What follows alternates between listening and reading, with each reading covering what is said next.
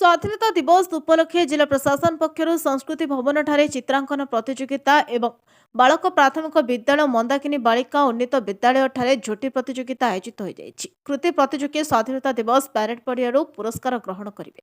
चित्रांकन प्रतियोगिता जिलार समुदाय 152 जन प्रतियोगी अंशग्रहण करते। चित्रांकन प्रतियोगिता एक तृतीय स्तर में केन्द्रीय विश्वविद्यालय प्रियांशी नायक प्रथम, चिन्मय विद्यालय प्रीति सुमन गणनायक, केन्द्रीय विद्यालय अनिकेत राजगुर द्वितीय, चिन्मय विद्यालय शान्भि हरिचंदन सिद्धि प्रज्ञा बेहरा तृतीय, चतुर्थ रु पंचम स्तर में केन्द्रीय विद्यालय विद्यांशी प्रथम, प्रधान चिन्मय विद्यालय परिधि गर्ग द्वितीय, बालभारती इंग्लिश मीडियम स्कूल आराध्य बेहरा, चिन्मय विद्यालय वासुदेव नायक तृतीय, षष्ठ रु अष्टम स्तर में जवाहर नवोदय विद्यालय प्रशांति तन्मया देहुरी प्रथम, मंदाकिनी बालिका विद्यालय खुशी कुमारी दास, केन्द्रीय विश्वविद्यालय अनुराग सिद्धि दास द्वितीय, जवाहर नवोदय विद्यालय द्वितीय शिखा किसान, चिन्मय विद्यालय सुमन कुमार नायक तृतीय, नवम और दशम स्तर में सरकारी बालिका उच्च विद्यालय शिवानी बेहरा प्रथम, केन्द्रीय विद्यालय सुस्मिता सोनायक द्वितीय, केन्द्रीय विद्यालय तिशा तनिष्का प्रधान, राजा वासुदेव उच्च विद्यालय तन्मय प्रधान तृतीय स्थान अधिकार करते।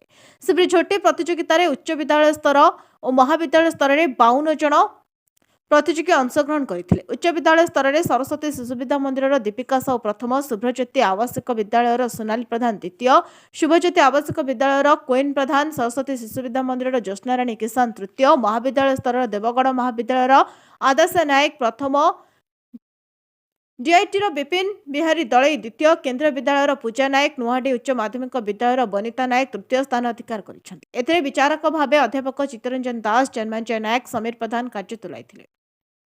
देवगढ़ टेकेश्वर गुरुंग रिपोर्ट, नायवती टीवी।